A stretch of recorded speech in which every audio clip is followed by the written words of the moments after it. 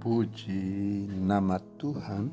Hari ini kita kembali akan merenungkan kebenaran firman Tuhan yang saya mau beri tema tangan Tuhan yang selalu terbuka. Di dalam Mazmur 32 ayat yang kelima firman Tuhan berkata, dosaku kuberitahukan kepadamu dan kesalahanku tidaklah kusembunyikan. Aku berkata, aku akan mengaku kepada Tuhan pelanggaran-pelanggaranku, dan Engkau mengampuni kesalahan karena dosaku.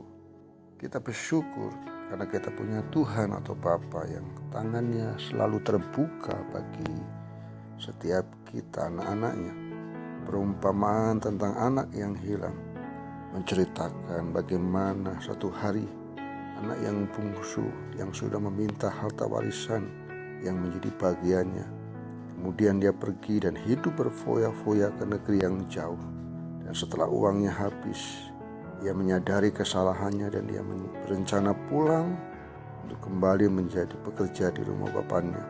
Dan ketika ia masih jauh, bapaknya yang melihat langsung berlari mendapatkannya, lalu merangkul dan menciumnya, dan segera memanggil pelayan-pelayannya untuk memberikan pakaian dan perhiasan yang terbaik dan menyediakan jamuan pesta yang besar bagi anak yang bungsu.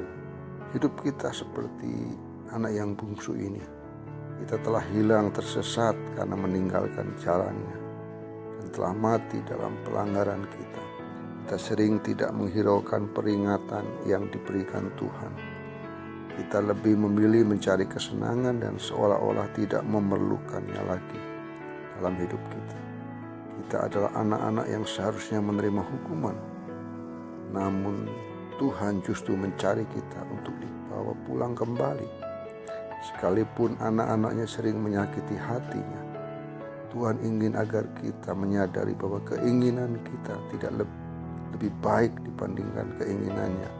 Untuk hidup kita dan apa yang kita kejar tidak menjanjikan kekekalan.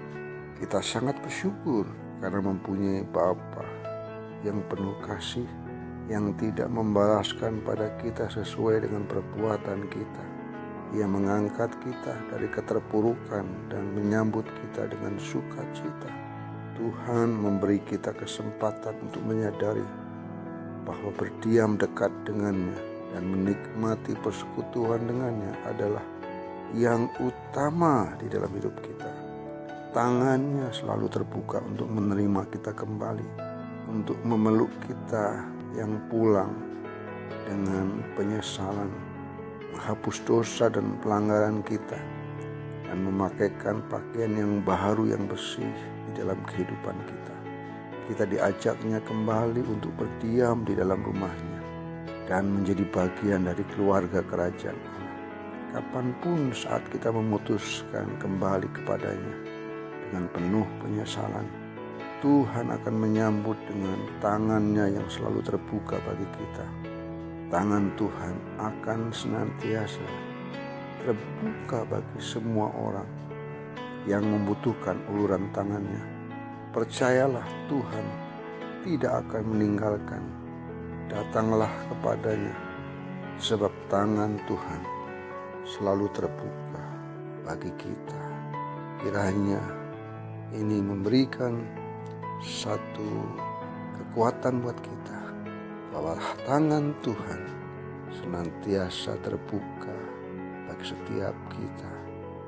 Tuhan Yesus memberkati.